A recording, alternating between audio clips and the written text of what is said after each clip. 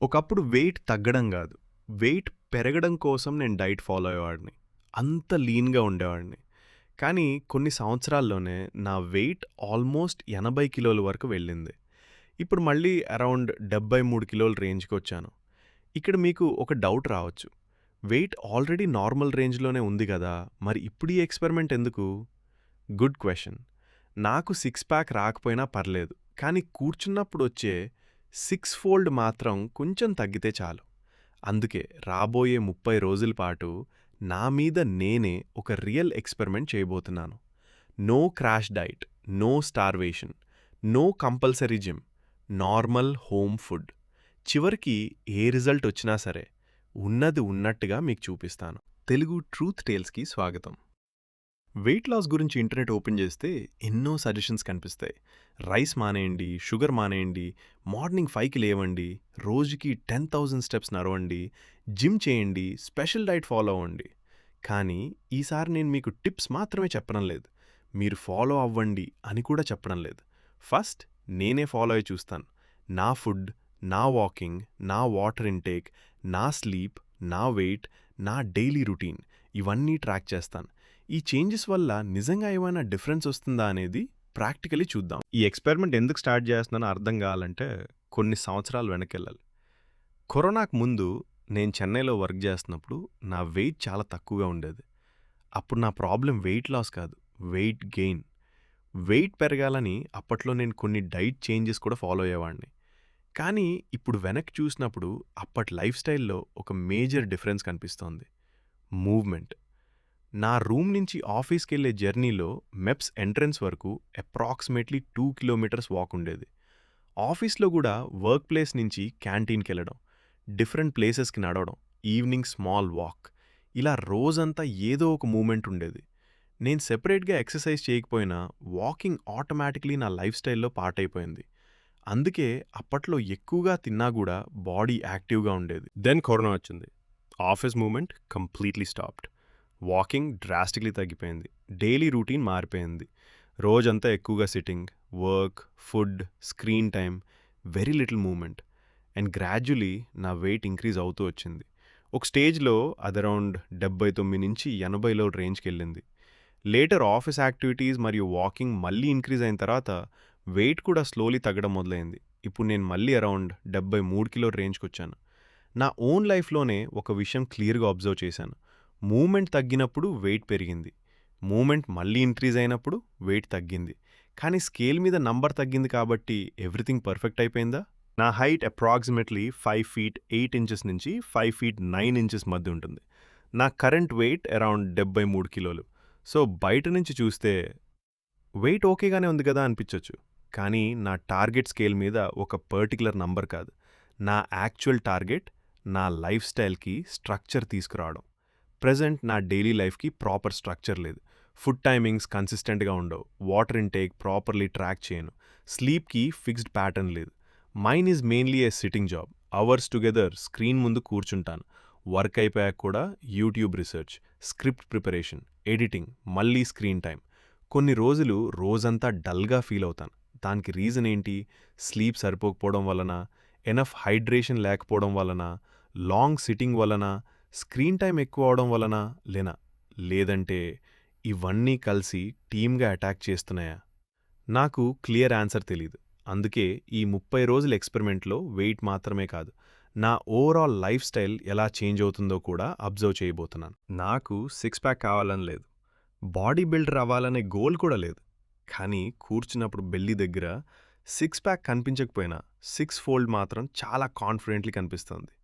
So six pack వద్దు boss, six fold కొంచెం తగ్గితే చాలు. జోక్స్ అపార్ట్, నా బాడీ కాంపోజిషన్లో కొంచెం ఇంప్రూవ్మెంట్ రావాలనుంది. వెయిట్ గెయిన్ తర్వాత చెస్ట్ ఏరియాలో కూడా కొంచెం ఎక్స్ట్రా సాఫ్ట్నెస్ మరియు ఫ్యాట్ అక్యుములేషన్ కనిపించడం అబ్జర్వ్ చేశాను.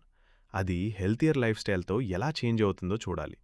నా ఆబ్జెక్టివ్ పర్ఫెక్ట్ బాడీ కాదు, better posture, better body composition, better energy and better health, అంతే. వెయిట్ ఇంక్రీజ్ అయిన పీరియడ్ తర్వాత నెక్ ఏరియాలో సడన్ డార్క్నింగ్ కూడా నోటీస్ చేశాను.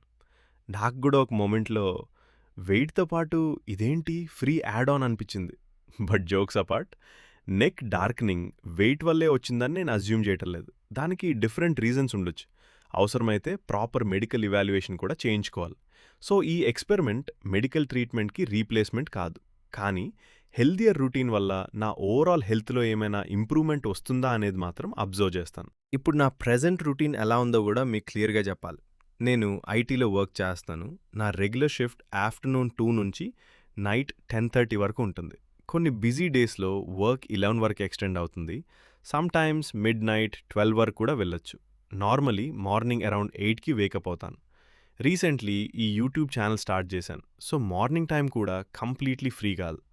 Video, information gathering, research, script preparation, editing ఇలా మార్నింగ్ టైం కూడా స్క్రీన్ ముందే గడిచిపోతుంది. డెడికేటెడ్ జిమ్ రొటీన్ కరెంట్లీ లేదు. రెగ్యులర్ పర్చేజెస్ కోసం బయటికి వెళ్ళినప్పుడు వాకింగ్ చేస్తాను. నైట్ మీటింగ్స్ మరియు డిన్నర్ కంప్లీట్ అయిన తర్వాత కూడా వాక్ చేస్తాను. ప్రెజెంట్ యావరేజ్ అప్రాక్సిమేట్లీ 4000 నుంచి 5000 స్టెప్స్ పర్ డే. అంటే కంప్లీట్లీ ఇన్యాక్టివ్ కాదు, కానీ ప్రాపర్ యాక్టివిటీ స్ట్రక్చర్ కూడా లేదు. ఫుడ్ విషయానికి వస్తే morning mostly 4 small idlis with chutney తింటాను, లేదంటే ఓట్స్ తీసుకుంటాను. ఓట్స్తో బనానా, హాఫ్ యాపిల్, 5 నుంచి 6 ఆల్మండ్స్, 2 నుంచి 3 డేట్స్, హాఫ్ పామోగ్రానెట్ ఇలా తీసుకుంటాను. లంచ్కి regular Andhra food, rice, drum stick tomato curry, brinjal curry, potato curry, లేదంటే ఇంట్లో ఆ రోజు ఏ కర్రీ ఉంటే అది, along with curd. Evening mostly papaya తీసుకుంటాను. ఒకేజనలీ 2 బజ్జీస్, మురుకు, స్వీట్ ఇలాంటివి కూడా తింటాను. డైలీ కాదు. డైలీ టీ మాత్రం నా రొటీన్లో ఉంటుంది. డిన్నర్కి again mostly rice and curry. So నా ఫుడ్ మొత్తం జంక్ అని చెప్పలే, కానీ మీల్ బ్యాలెన్స్ మరియు పోర్షన్ కంట్రోల్ మాత్రం ఇంప్రూవ్ కావాలి. ప్రెజెంట్ రొటీన్ని ఆనెస్ట్లీ అనలైజ్ చేస్తే కొన్ని క్లియర్ ఫ్లాస్ కనిపిస్తున్నాయి. ఫస్ట్, వాటర్ ఇంటేక్కి ప్రాపర్ స్ట్రక్చర్ లేదు. కొన్ని రోజులు ఎనఫ్ వాటర్ తాగుతాను, కొన్ని రోజులు వర్క్లో బిజీ అయిపోయి ఎంత వాటర్ తాగానో కూడా తెలియదు. సెకండ్, ఫుడ్ టైమింగ్స్ అనీవెన్గా ఉంటాయి. వర్క్, మీటింగ్స్, ఎడిటింగ్ ఇవన్నీ టైమింగ్స్ని చేంజ్ చేస్తుంటాయి. థర్డ్, స్లీప్ కన్సిస్టెన్సీ లేదు. వర్క్ లేట్ అయితే స్లీప్ లేట్, ఎడిటింగ్ ఉంటే మరింత లేట్, మార్నింగ్ మళ్ళీ అరౌండ్ 8కి వేకప్ అవుతాను. ఫోర్త్, ప్రోటీన్ ఇంటేక్ గురించి ఇప్పటి వరకు కాన్షియస్లీ ట్రాక్ చేయలేదు. వెజిటబుల్ కర్రీ ఉంది, రైస్ ఉంది, కర్డ్ ఉంది, కానీ మీల్లో ప్రాపర్ ప్రోటీన్ ఉందా లేదా అని నేను అబ్జర్వ్ చేయలేదు. And finally, portion control. Food బాగా నచ్చితే నార్మలీ తినేదానికంటే ఎక్కువ తినేస్తాను. స్టమక్ చెప్తుంది బాస్ ఎనఫ్, టేస్ట్ బడ్స్ చెప్తాయి అది తర్వాత చూద్దాం, ఇంకొంచెం కర్రీ వేసుకో. మోస్ట్లీ టేస్ట్ బడ్స్నే గెలుస్తాయి. అందుకే ఈ ఎక్స్పెరిమెంట్లో ఫుడ్ బ్యాన్ చేయడం కంటే పోర్షన్ అవేర్నెస్ నాకు చాలా ఇంపార్టెంట్. రాబోయే 30 రోజుల పాటు నేను ఫాలో అయ్యే రూల్స్ సింపుల్గా ఉంటాయి. రూల్ నంబర్ 1, క్రాష్ డైటింగ్ లేదు, స్టార్వేషన్ లేదు. మీల్ స్కిప్పింగ్ చేసి క్విక్ రిజల్ట్ చూపించడానికి ట్రై చేయను. Rule number 2, rice completely stop చేయను, టీ కూడా కంప్లీట్లీ స్టాప్ చేయను. నార్మల్ హోమ్ ఫుడ్ కంటిన్యూ చేస్తాను, కానీ పోర్షన్స్ని కాన్షియస్లీ కంట్రోల్ చేస్తాను. ఫుడ్ చాలా నచ్చినా అన్నెసెసరీలీ ఓవర్ ఈటింగ్ అవాయిడ్ చేయడానికి ప్రయత్నిస్తాను. రూల్ నంబర్ 3, ప్రతి మేజర్ మీల్లో ఒక క్లియర్ ప్రోటీన్ సోర్స్ ఉండేలా చూస్తాను. దాల్ కావచ్చు, ఎగ్ కావచ్చు, కర్డ్, చికెన్, ఫిష్ లేదంటే suitable protein source. Rule number 4, vegetables మరియు ఫ్రూట్స్ కంటిన్యూ చేస్తాను. బజ్జీ, మురుకు, స్వీట్స్ లైఫ్ నుంచి డిలీట్ చేయను, కానీ డైలీ హ్యాబిట్గా కాకుండా ఒకేజనల్ ఫుడ్గా ఉంచుతాను. రూల్ నంబర్ 5, ప్రెజెంట్ 4 నుంచి 5000 స్టెప్స్ నుంచి డైలీ యాక్టివిటీని గ్రాడ్యువల్లీ ఇంక్రీజ్ చేస్తాను. ఫస్ట్ డే నుంచే ఎక్స్ట్రీమ్ టార్గెట్ పెట్టుకోను. Rule number 6, water intake daily track చేస్తాను. మోర్ వాటర్ అంటే ఆటోమేటిక్ ఫ్యాట్ లాస్ కాదు, కానీ ప్రాపర్ హైడ్రేషన్ నాకు కన్సిస్టెంట్గా ఉందా లేదా అనేది తెలుసుకుంటాను. రూల్ నంబర్ 7, స్లీప్ డ్యూరేషన్ మరియు స్లీప్ టైమింగ్ కూడా రికార్డ్ చేస్తాను. నా వర్క్ షెడ్యూల్ వల్ల ఎవ్రీడే పర్ఫెక్ట్ స్లీప్ పాసిబుల్ కాకపోవచ్చు, కానీ కన్సిస్టెన్సీ ఇంప్రూవ్ చేయడానికి ప్రయత్నిస్తాను. ఈ ఎక్స్పెరిమెంట్లో ఎవిడెన్స్ చాలా ఇంపార్టెంట్. ఎవ్రీ మార్నింగ్ సేమ్ కండిషన్స్లో బాడీ వెయిట్ రికార్డ్ చేస్తాను. పాసిబుల్ అయితే వాష్రూమ్ తర్వాత, బ్రేక్ఫాస్ట్కు ముందు డైలీ ఫుడ్ ఫొటోస్ తీసుకుంటాను. Breakfast, lunch, tea, snacks, dinner ఏది తిన్నా రికార్డ్ చేస్తాను. వాటర్ ఇంటేక్ టోటల్ లీటర్స్లో నోట్ చేస్తాను. Final step, count screen shot తీసుకుంటాను. స్లీప్ డ్యూరేషన్ మరియు బెడ్ టైం రికార్డ్ చేస్తాను. ఓవరాల్ ఎనర్జీ ఎలా ఉంది అని నోట్ చేస్తాను. హంగర్ ఎక్కువగా ఉందా లేదా అబ్జర్వ్ చేస్తాను. వర్క్ నార్మల్గా జరిగిందా లేదా లేట్ షిఫ్ట్ అయిందా అని కూడా నోట్ చేస్తాను. వేస్ట్ మెజర్మెంట్ మాత్రం డైలీ కాదు. Day 1, day 7, day 14, day 21 and finally day 30. Daily weight change అయితే ఇమీడియట్లీ కన్క్లూజన్ తీసుకోను. ఒక్క రోజు నంబర్ కంటే వీక్లీ ట్రెండ్ ఇంపార్టెంట్. ఇప్పుడు బిగ్గెస్ట్ క్వశ్చన్, రాబోయే 30 రోజుల్లో నేను 3 కిలోస్ తగ్గగలనా? Maybe not. 3 కిలోస్ తగ్గొచ్చు, 2 కిలోస్ కావచ్చు, 1 కిలో కావచ్చు. లేదంటే స్కేల్లో పెద్ద డిఫరెన్స్ లేకపోయినా వేస్ట్ మెజర్మెంట్ చేంజ్ కావచ్చు.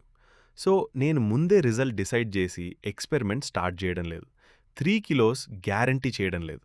Because this is not a scripted transformation. This is a real experiment.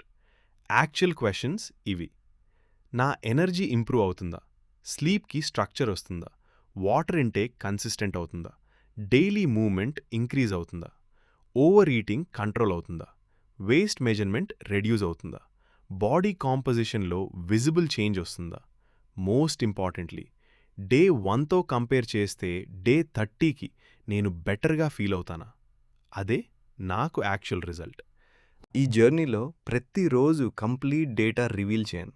Daily record మాత్రం చేస్తాను. ఎవ్రీ వీక్ ప్రోగ్రెస్ మీతో షేర్ చేస్తాను.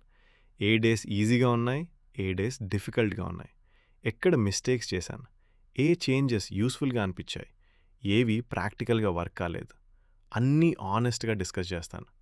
డైలీ వెయిట్ని హైడ్ చేయటం కోసం కాదు, వీక్లీ రిజల్ట్కి ప్రాపర్ కాంటెక్స్ట్ ఇవ్వటం కోసం. బికాజ్ 1 డే వెయిట్ ఫ్లక్చుయేషన్ వ్యూవర్స్ని కన్ఫ్యూజ్ చేయొచ్చు. వీక్లీ ట్రెండ్ క్లియరర్ పిక్చర్ ఇస్తుంది. సో ఒకప్పుడు వెయిట్ పెరగటానికి డైట్ ఫాలో అయిన నేను కరోనా తర్వాత ఆల్మోస్ట్ 80 కిలోల వరకు వెళ్ళి ఇప్పుడు అరౌండ్ 73 కిలోల రేంజ్కి వచ్చి నేను రాబోయే 30 రోజుల పాటు నా లైఫ్ స్టైల్కి ప్రాపర్ స్ట్రక్చర్ తీసుకురావడానికి ప్రయత్నించబోతున్నా. No gym, no crash diet, normal home food. Rice ఉంటుంది, టీ ఉంటుంది, వర్క్ ఉంటుంది, యూట్యూబ్ ఎడిటింగ్ ఉంటుంది, లేట్ మీటింగ్స్ కూడా ఉండొచ్చు, మిస్టేక్స్ కూడా జరుగుతాయి. బట్ రిజల్ట్ మాత్రం రియల్గానే ఉంటుంది. డే 30లో స్టార్టింగ్ వెయిట్ మరియు ఫైనల్ వెయిట్ కంపేర్ చేద్దాం. వేస్ట్ డిఫరెన్స్ చూద్దాం. Steps, sleep, hydration, energy, what worked, what didn't work అన్నీ ఓపెన్లీ డిస్కస్ చేద్దాం. బికాజ్ నాకు 6 ప్యాక్ అవసరం లేదు. కూర్చున్నప్పుడు వచ్చే 6 ఫోల్డ్ కొంచెం తగ్గితే చాలు. స్కేల్ మీద నంబర్ ఈ స్టోరీలో ఒక మెజర్మెంట్ మాత్రమే, మొత్తం స్టోరీ కాదు. రాబోయే 30 రోజుల తర్వాత డే 1 కంటే హెల్తియర్గా, యాక్టివ్గా అండ్ బెటర్గా ఫీల్ అయితే అదే నాకు biggest transformation. This is Telugu truth tales and day 1 starts now.